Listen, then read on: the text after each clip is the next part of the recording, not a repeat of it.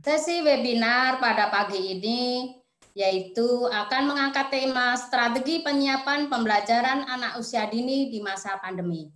Untuk mempersingkat waktu, kami persilahkan panelis pertama Ibu Iis Salihat untuk menyampaikan materinya. Perkenankan saya untuk menyampaikan materi tentang pentingnya PAUD untuk menyiapkan anak siap masuk sekolah dasar. Itu amanah yang diberikan kepada saya untuk menyampaikan materi di pagi hari ini. Nah, Bapak dan Ibu peserta webinar pada hari ini barangkali ada yang dari praktisi pendidikan jenjang PAUD, mungkin saja ada dari orang tua siswa atau orang tua secara umum, ataupun dari mahasiswa dan lain sebagainya. Nah, apa sih pentingnya PAUD untuk menyiapkan anak siap masuk sekolah dasar? Nah, hari ini saya akan membahas sedikit tentang itu. Sebelum kepada pentingnya PAUD untuk persiapan masuk sekolah dasar, saya akan mengupas sedikit saja, menayangkan sekilas saja tentang apa itu PAUD. Ya. Karena barangkali tadi saya sampaikan bahwa tidak semua mungkin partisipan hari ini adalah praktisi dari jenjang PAUD. Makanya saya akan sampaikan apa itu PAUD mungkin secara sekilas saja. PAUD adalah jenjang pendidikan sebelum masuk pendidikan dasar yang merupakan suatu upaya pembinaan yang ditujukan bagi anak usia 0 tahun sampai dengan usia 6 tahun. Yang dilakukan melalui pemberian rangsangan pendidikan untuk membantu pertumbuhan dan perkembangan jasmani dan rohani agar anak memiliki kesiapan dalam memasuki pendidikan selanjutnya. Baik, selanjutnya.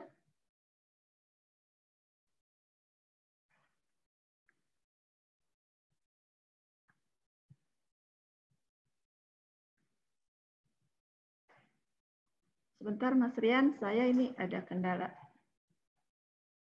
Halo? Ya. Halo, iya Bu Is. Ya, sebentar saya ada kendala. Ya. Baik. Kemudian yang kedua adalah salah satu bentuk penyelenggaraan pendidikan yang menitik beratkan ke arah pertumbuhan dan perkembangan fisik, yaitu koordinasi motorik halus dan kasar, kecerdasan daya pikir, daya cipta, kecerdasan emosi, kecerdasan spiritual, sosio-emosional, meliputi sikap dan perilaku serta agama, bahasa dan komunikasi, sesuai dengan keunikan dan tahap-tahap perkembangan yang dilalui oleh anak usia dini. Next, Mas Rian. Itu adalah pengertian daripada PAUD itu sendiri. Saya tidak akan membahas secara detail karena sebagian besar adalah di sini praktisi pendidikan. Baik, kita lanjut dengan tujuan diselenggarakannya pendidikan anak usia dini. Nah, secara umum, tujuan pendidikan anak usia dini adalah mengembangkan berbagai potensi anak sejak dini sebagai persiapan untuk hidup dan dapat menyesuaikan diri dengan lingkungannya. Hal ini, tujuan ini adalah seiring dengan Undang-Undang Sisdiknas yang tadi slide-nya sudah saya sampaikan di awal. Ya, itu adalah secara umum tujuan diselenggarakannya pendidikan anak usia dini. Untuk selanjutnya adalah tujuan utamanya. Tujuan utama dari diselenggarakannya pendidikan anak usia dini adalah untuk membentuk anak yang berkualitas, yaitu anak yang tumbuh dan berkembang sesuai dengan tingkat perkembangannya. Nah, di TK ada yang namanya STPPA. Nah, STPPA itu standar tingkat pencapaian perkembangan. Apa itu STPPA? STPPA adalah kriteria minimal tentang kualifikasi perkembangan anak. Nah, di situ ada tingkatan sesuai dengan usianya. Usia perkembangan dari 0 sampai 6 tahun.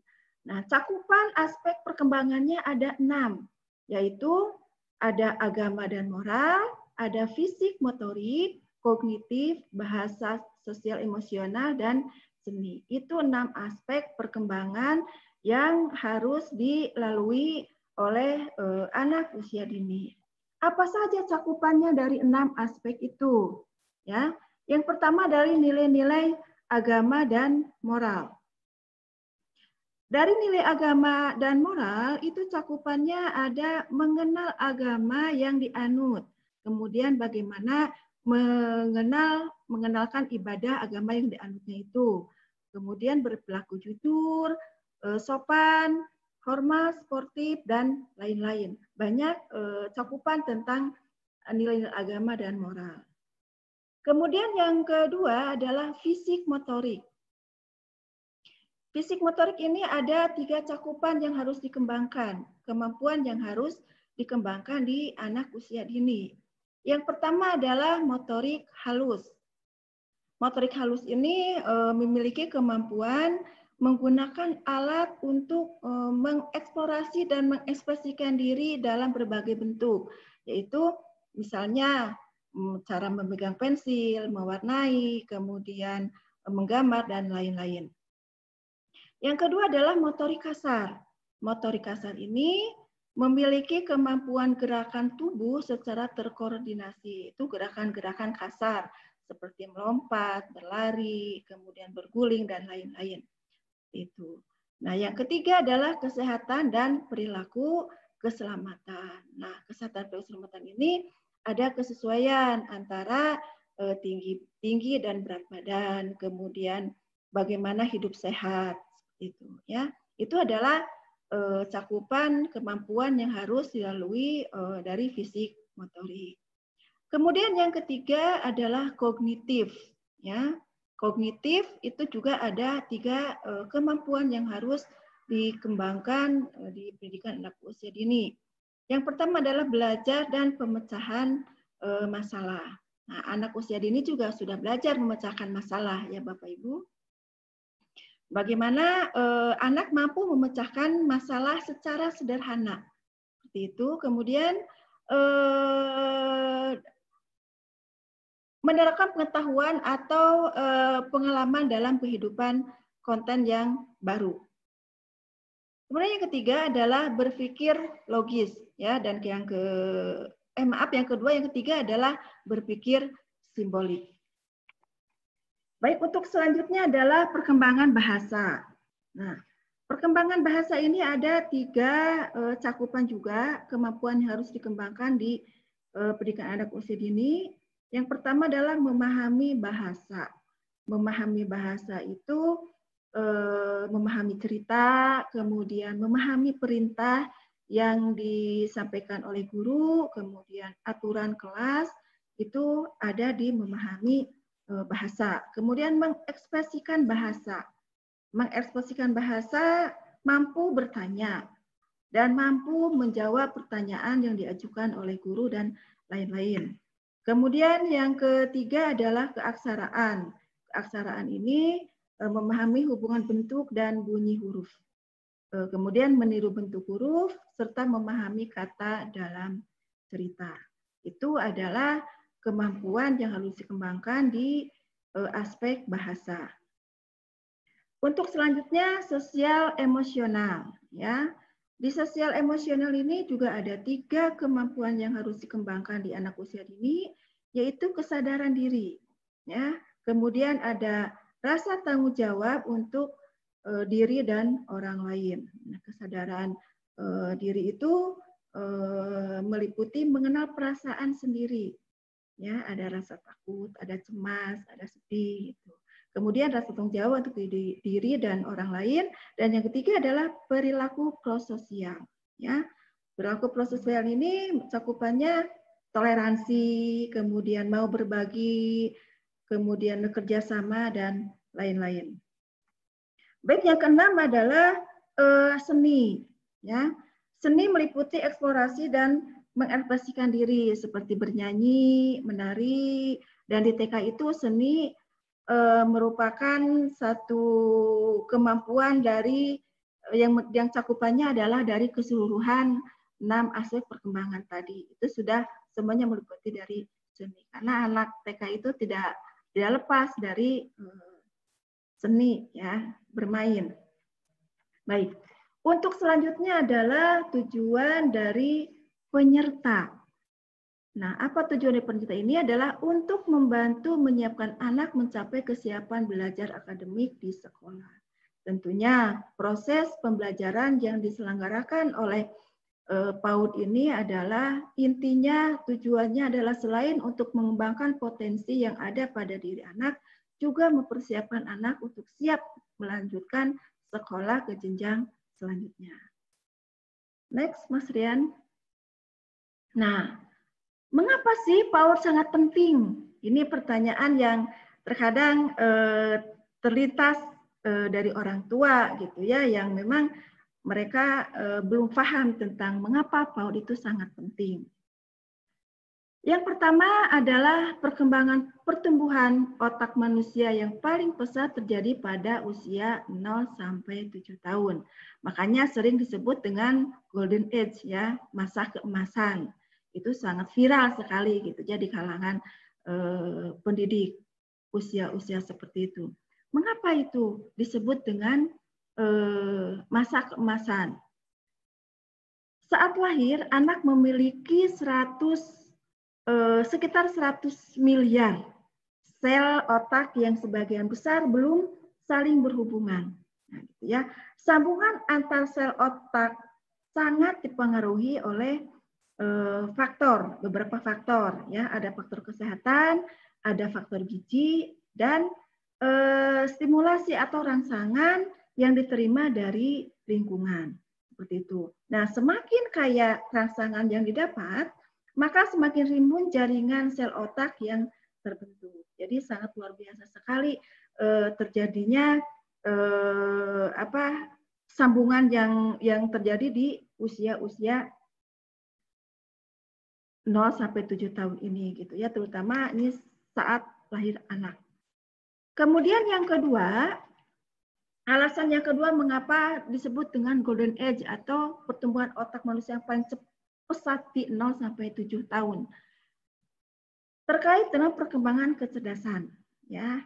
Di sini Bloom dan kawan-kawan mengemukakan bahwa sekitar 50% kapasitas kecerdasan seseorang telah selesai terbentuk saat anak berusia 4 tahun.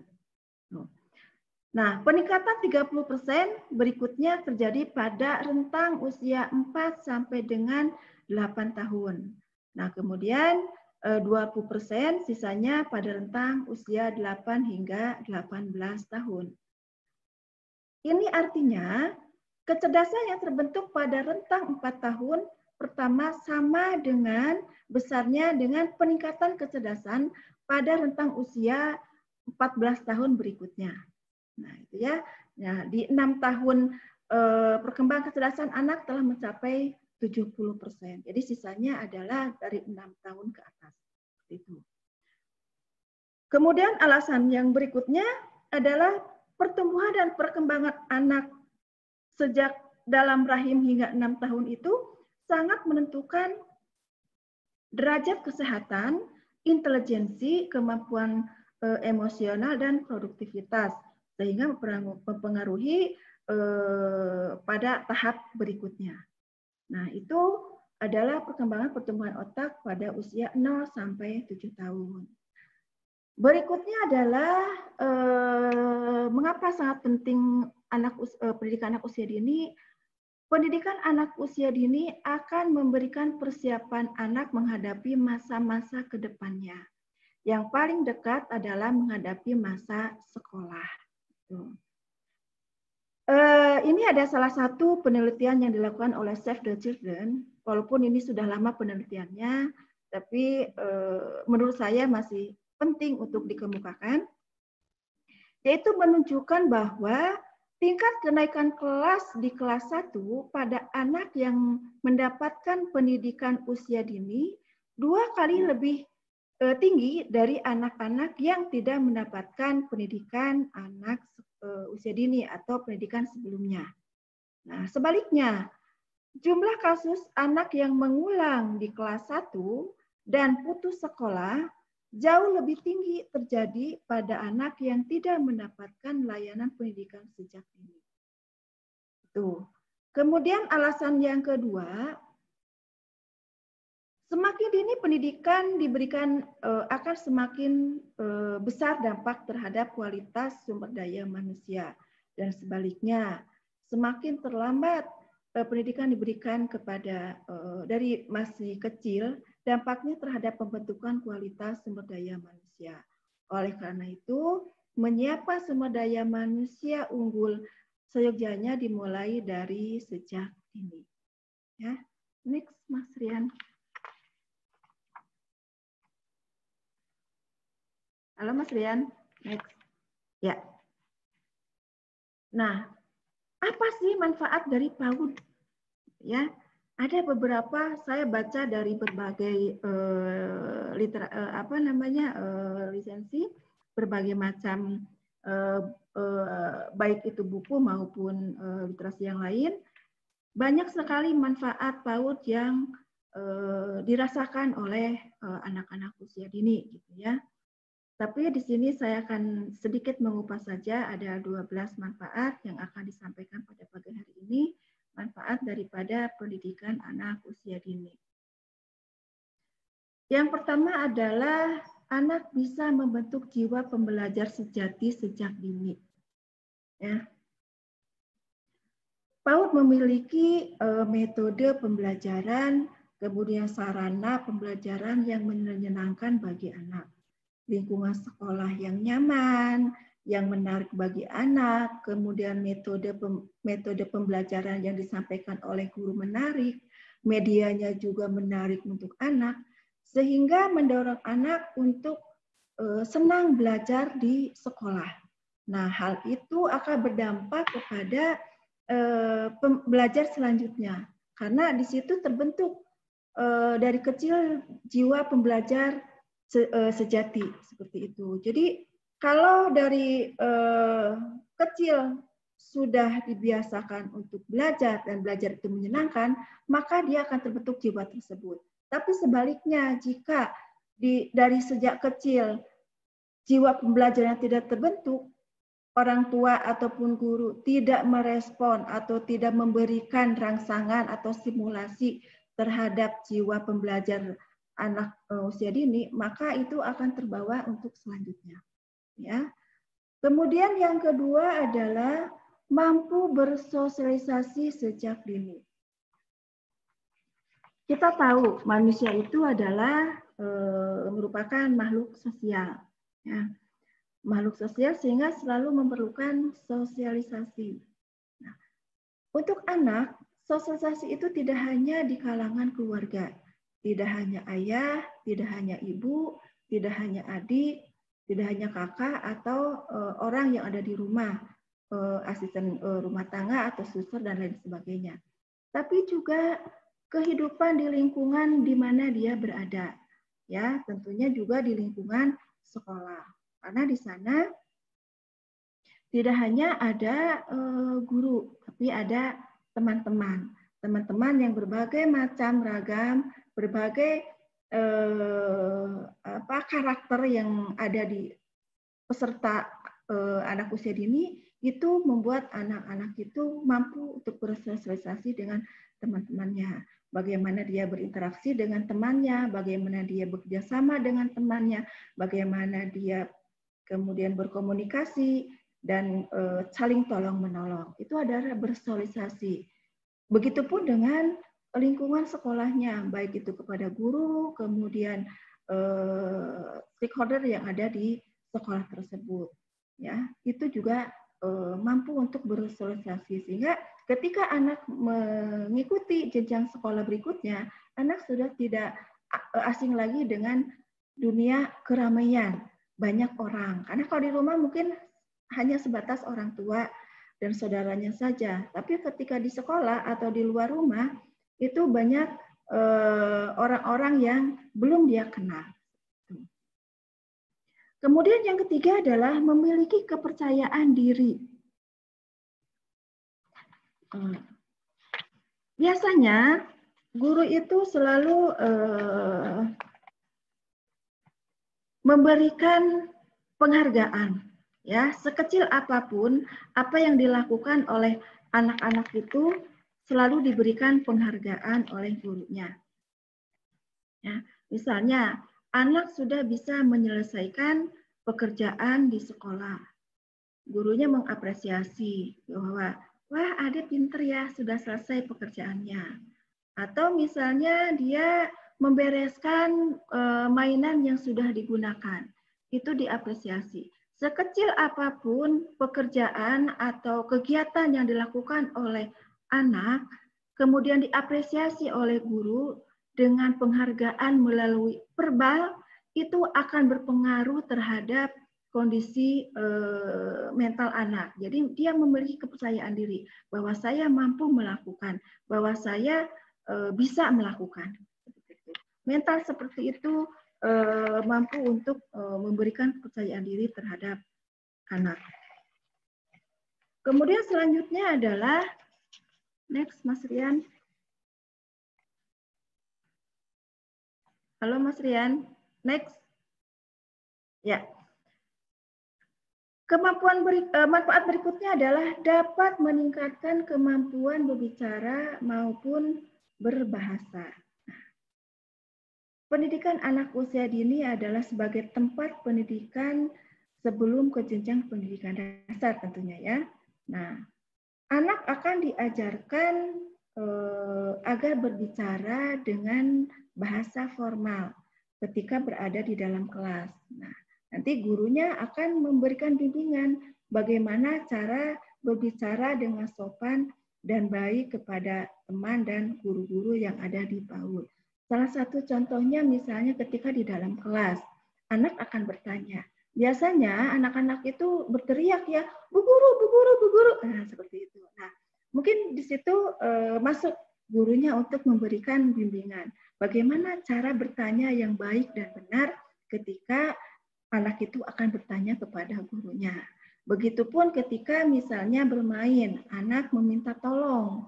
Ya, biasanya anak-anak suka berteriak, Bu guru bukain. Misalnya dia minta tolong untuk membukakan tempat minum, ya, botol tempat minum. Bu guru bukain. Nah, gurunya di situ memberikan bimbingan. Coba nak cara meminta tolongnya yang baik. Biasanya anak suka diem, ya. Gimana sih cara meminta tolong dengan baik itu? Nah, baru gurunya masuk. Coba, nah kalau minta tolong begini caranya, Bu guru tolong bukain tempat minum aku. Nah, terus anaknya mengulang, Bu guru tolong bukain tempat minum aku. Nah, hal-hal seperti itu yang diajarkan di pendidikan anak usia dini. Sebenarnya mungkin sepele, tapi buat anak itu luar biasa, ya. Itu adalah kemampuan untuk berbicara maupun berbahasa. Di berbahasa di TK juga dia untuk menambah kosakata misalnya dengan bernyanyi. Di TK itu tidak ada hari tanpa bernyanyi. Nah, ini praktisi pendidikan di PAUD, guru-guru PAUD itu biasanya awet muda ya Bapak Ibu, awet muda karena susah senang selalu bernyanyi gitu ya. Pokoknya apapun keadaan di rumah, ketika di sekolah, ketika di PAUD itu hilang semua karena menghadapi anak-anak yang unik, kemudian yang lucu-lucu, kemudian yaitu karena di sekolah itu harus bernyanyi terus gitu, harus senang terus gitu. Supaya apa? Energi positif yang dikeluarkan oleh guru itu akan berdampak kepada peserta didik atau murid-muridnya. Itu. Jadi kosakatanya itu melalui bernyanyi, kemudian juga ada mengucapkan syair gitu ya. Ada juga mungkin nanti ada semacam dramatisasi. Itu juga kemampuan anak dalam berbahasa. Selanjutnya adalah manfaat yang kelima, mengajari anak untuk menjadi pribadi yang religius. Nah, Jadi pelajaran yang atau kegiatan yang diberikan di PAUD itu tidak hanya tentang materi secara praktis dan teoritis gitu ya. Namun di PAUD juga membekali anak tentang pemahaman agama yang proporsional sesuai dengan usianya. Tadi saya sampaikan ada STPPA, itu standar tingkat pencapaian perkembangan anak. Di situ kan ada usia 4 sampai 5 tahun. Apa sih yang diajarkan tentang agama untuk usia 4 sampai 5 tahun? Itu kemudian apa sih yang diajarkan tentang agama untuk usia 5 sampai 6 tahun? Mungkin Bu Iis. Ya. Waktu kurang 7 menit lagi. Wah, oke. Makasih Mbak Kris. Banyak-banyak nih. Baik. Nah, itu ya Bapak Ibu. Jadi tidak hanya tentang praktis dan teoritis, tapi juga tentang bagaimana dia mengenal agama yang dianutnya. Next. Kemudian manfaat yang keenam adalah patuh dan disiplin. Ya. Nah, walaupun di pendidikan anak usia dini, tapi sudah diterapkan tentang kedisiplinan. Bagaimana dia harus duduk di kelas, bagaimana dia harus masuk kelas. Ketika saatnya bermain, dia bermain. Ketika saatnya dia masuk, harus masuk kelas. Ketika saatnya bermain, anak harus merapikan mainan. Itu juga kedisiplinan. Anak-anak sebelum masuk kelas harus merapikan mainan. Atau misalnya antri dalam ke toilet misalnya gitu ya, antri. Kemudian juga bagaimana menjadi anak patuh dan belajar disiplin terhadap aturan, datang ke sekolah tepat waktu. Karena nanti di SD itu sudah harus masuk tepat waktu. Nah, di TK itu dilatih untuk itu. Kemudian juga bagaimana dia harus menyelesaikan pekerjaan walaupun tidak dipaksa. Minimal ada latihan seperti itu. Ya, itu adalah mengajar anak untuk patuh dan belajar disiplin terhadap aturan. Kemudian mengajarkan rasa hormat, tentu saja ya, Bapak Ibu di TK itu diajarkan moral dan nilai-nilai agama. Tentunya dia bagaimana cara menghormati gurunya, gitu ya, bagaimana cara menghargai teman-temannya. Next, Mas Rian. Ya. Kemudian manfaat berikutnya adalah aktivitas anak lebih terstruktur. Nah, ini mungkin di rumah anak-anak itu main robot, main boneka, main masak-masakan tanpa terstruktur. Tapi ketika di sekolah, di PAUD, dia permainan terstruktur sesuai dengan tema yang diangkat pada saat itu. Misalnya ketika tema air, dia akan bermain air. Ketika dia tema tentang tanaman, dia akan bermain bagaimana menanam pohon, misalnya seperti itu. Jadi permainannya terstruktur, ya. Baik, untuk selanjutnya adalah meningkatkan keterampilan kognitif. Nah, dengan berbagai aktivitas pengajaran yang dilakukan, maka anak-anak bisa mulai mengembangkan kemampuan kognitif. Nah, untuk memahami serta menganalisa permasalahan yang ada. Jadi ketika keterampilan kognitif itu salah satu contohnya adalah bermain balok, ya. Bermain balok itu dia misalnya bermain membentuk menara. Nah, bagaimana caranya membentuk menara supaya tidak roboh? Itu juga suatu keterampilan kognitif anak. Nah, di main berbalok juga nanti akan mengenal warna, mengenal bentuk. Itu salah satu keterampilan kognitif yang dilatihkan di PAUD.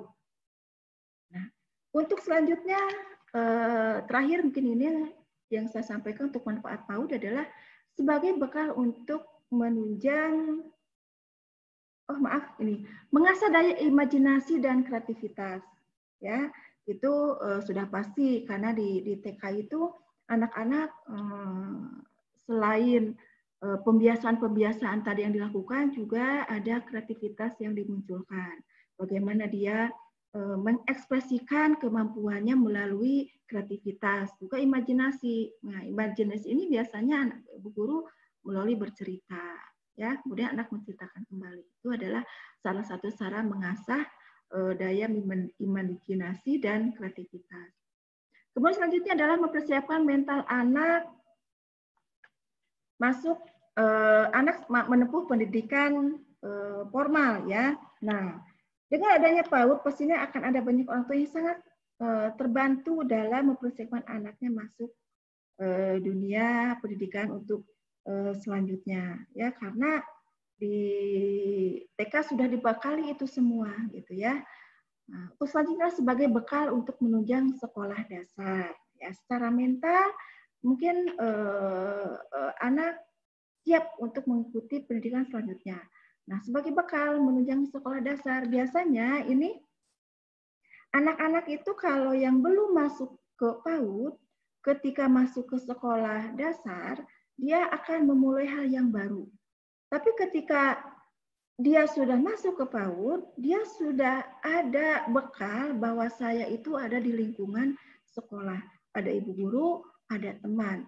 Nyaman dengan ibu guru, nyaman dengan teman-teman, nyaman dengan lingkungan sekolah. Paling tidak anak itu bisa beradaptasi dengan lingkungan yang baru.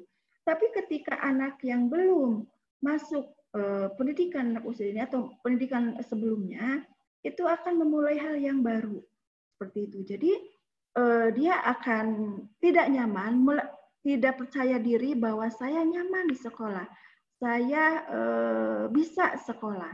Tidak ada kepercayaan itu, sehingga banyak yang SD itu ditunggui kalau anaknya belum masuk pendidikan anak usia dini. Tapi ketika sudah ada sebelumnya untuk sudah masuk ke pendidikan anak usia dini, dia sudah mampu beradaptasi, tidak ada masalah lagi. Baik, next Mas Rian, karena waktu, jadi saya dipercepat. Ya, karakteristik anak siap memasuki sekolah dasar. Seperti apa sih, gitu ya, anak yang siap masuk sekolah dasar itu? Nah, prediksi kesiapan sekolah anak tidak hanya usia dan tidak atau telah memiliki kemampuan membaca, menulis, dan berhitung. Nah, tetapi diperlukan juga kesiapan secara psikologis yang erat kaitannya dengan aspek-aspek perkembangan anak. Nah, ini ya, Bapak Ibu, ada perkembangan fisik motorik, ada aspek kognitif, ada aspek sosial, aspek emosional. Yang semuanya itu adalah proses pembelajaran kegiatan yang dilakukan di pendidikan anak usia dini. Nah, terkait dengan itu, diuraikan oleh Harvard juga bahwa kesiapan masuk SD atau kesiapan sekolah terdiri dari kesiapan secara fisik dan kesiapan secara psikologis yang meliputi yang tadi ya Bapak Ibu, ada fisik motorik, ada aspek kognitif, ada sosial, ada emosional. Nah, perlu juga menjadi pertimbangan dalam melihat kesiapan anak masuk sekolah dasar. Karena jika aspek psikologis terpenuhi, anak akan lebih siap memasuki sekolah dasar dan situasi belajar. Seperti itu. Nah, baik, next Mas Rian. Nah, ini adalah beberapa indikator kematangan bersekolah. Tadi kan sudah disampaikan, ada setelah psikologis ada 4 kematangan untuk masuk ke sekolah dasar. Ini adalah uraian tentang apa saja sih yang harus dikembangkan di atau harus siap anak untuk memasuki sekolah dasar. Nah, kematangan setiap anak tentunya berbeda-beda, Bapak Ibu. Ya, selain dipengaruhi oleh usia, juga oleh temperamen dan cara belajar anak selama ini. Nah, tahap perkembangannya serta faktor lingkungan yang mendukungnya tentunya seperti itu. Ya. Nah, pada anak-anak normal di usia 6-7 tahun ini, anak sudah matang atau siap untuk bersekolah. Kecuali pada anak-anak yang mempunyai masalah dengan perkembangannya. Ya. Nah, seperti ada hambatan kognitif misalnya, atau bahasa, dan lain sebagainya. Memang di usia 6-7 tahun itu boleh jadi ada beberapa aspek anak yang mungkin saja belum matang. Misalnya dari motorik halusnya atau dari sisi sosialnya. Ya. Tapi harus diingat, kematangan anak untuk bersekolah tidak dilihat dari satu aspek saja. Jadi keseluruhan aspek yang dilihat gitu ya. Apalagi dalam setiap aspek, misalnya ada kekurangan aspek bahasa, misalnya gitu ya, dari beberapa komponen, begitupun juga aspek materi dan lain sebagainya. Jadi bisa saja anak secara kognitif sudah matang, namun secara sosial misalnya perlu bimbingan, dia masih malu, kemudian dia tidak percaya diri. Nah, anak yang belum matang untuk masuk aja tersebut atau kekurangan anak tersebut bisa diupayakan atau bisa dilatih dan support yang lebih matang lagi untuk aspek tersebut. Nah, ini adalah ada beberapa aspek fisik untuk kesiapan masuk sekolah dasar indikatornya. Contohnya motorik kasar, bisa duduk tegak, ya, kemudian berjalan lurus dan bervariasi, berlari, melompat, melempar. Ini fisik kasar ya. Kemudian naik turun tangga, mengombinasi gerakan seperti lompat, jongkok, tegak dan berguling. Itu anak sudah mampu untuk melakukan itu. Kemudian yang kedua adalah motorik halusnya, dapat memegang pensil dengan baik. Nah, ini biasanya bermasalah di dapat memegang pensil dengan baik karena kebanyakan guru itu biasanya atau mungkin kasuistik lah ya, ketika anak itu memegang pensil dengan baik dan benar itu seperti apa gitu. Nah, pengalaman mungkin ada teman-teman yang ya waktu sudah lewat, silakan dipercepat untuk penyampaiannya. Oke, baik Bu Kris, terima kasih atas Mas Fian, di next aja. Ini aspek fisik. Kemudian aspek bahasa, dia bisa memperkenalkan diri, nama, alamat, dan keluarga dengan jelas. Kemudian bercerita mengenal keadaan di rumah, sekolah, permainan, dan ini bisa Bapak Ibu baca ya di layar mungkin, karena kalau saya bacakan waktunya sudah tidak memungkinkan. Next aja Mas Rian. Nah, ini untuk indikator kognitifnya, dia bisa menerangkan mengenal sesuatu, misalnya kegunaan suatu benda, misalnya pisau untuk memotong, dan lain sebagainya, mengenal warna, mengenal angka, dan lain sebagainya. Mungkin Bapak Ibu bisa membaca juga. Kemudian aspek sosial emosionalnya. Tadi juga dari awal saya sudah menyampaikan, nah ini ada bermain secara interaktif dengan temannya, berperilaku sesuai dengan norma, ya, kemudian dapat menolong orang lain dan temannya, dan lain sebagainya. Nah, kemudian untuk aspek kemandirian, nah ini sudah bisa makan sendiri, kemudian pakai baju sendiri, dia sudah bisa belum gitu ya?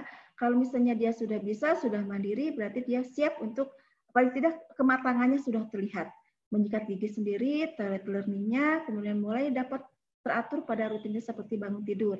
Nah, kenapa bangun tidur? Karena sekolah dasar itu dia tidak boleh lagi kesiangan gitu ya. Jadi ada kedisiplinan yang diterapkan. Next. Mas Ria, next. Nah, ini yang terakhir. Hal yang harus diperhatikan. Mungkin ini penekanan saja ya Mbak Kris, sedikit lagi. Pendidikan anak usia dini penting bagi perkembangan anak. Nah, melalui PAUD, ia dapat belajar bersosialisasi dengan teman sebayanya. Jika diperkenalkan sejak dini, hal tersebut akan sangat bermanfaat bagi perkembangan anak. Nah, kemudian adanya perbedaan bagi anak yang sebelumnya masuk PAUD dengan yang tidak ketika memasuki jenjang sekolah dasar. Itu ada pertimbangan. Pertanyaannya kepada Bapak dan Ibu, masih bimbangkah memasukkan anaknya ke PAUD atau tidak? Itu saja mungkin terakhir dari saya. Terima kasih Mbak Kris. Ini atas kesempatannya, mohon maaf bila ada kekurangan. Saya kembalikan lagi kepada moderator. Terima kasih.